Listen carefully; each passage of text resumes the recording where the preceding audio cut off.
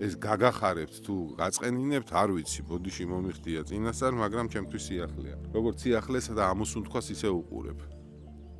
ბავშვობის ტრამვები.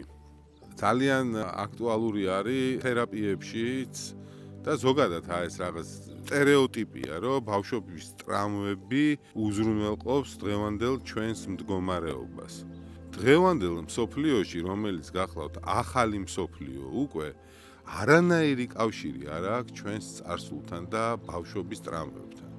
მით უმეტეს არანაირი კავშირი არ აქვს ჩვენს მშობლებთან, კონკრეტულად მამის წყენებთან, დედის მიმართ წყენებთან. ეს ჯაჭვები გაწყვეტილია ახლა და ძალიან დიდი თხოვნა მექნება იმ ადამიანებთან, რომლებიც ისევ ამ მიმართულებაზე მუშაობენ. ისევ წარსულში იქექებიან და ისევ წარსულში ეძებენ პასუხებს. დღეს გვეუბნება მსოფლიო და სამყარო, რომ აგვართ უკვე ახალი მოდელის მსოფლიოში, სადაც ძველი მეთოდები და ინსტრუმენტები აღარ მუშაობს. ამიტომ ტყუილად ნუ ხარჯავთ დროს, ენერგიას და ტყუილად უფრო მეტად ნუ ვზიანდებით. არ არის საჭირო ბავშვობის და წარსულის ტრამვებში ქექვა.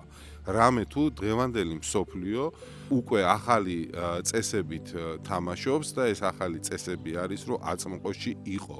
აწმყოში ყოფნა გულისხმობს წარსულიდან და მომავლიდან გათავისუფლებას.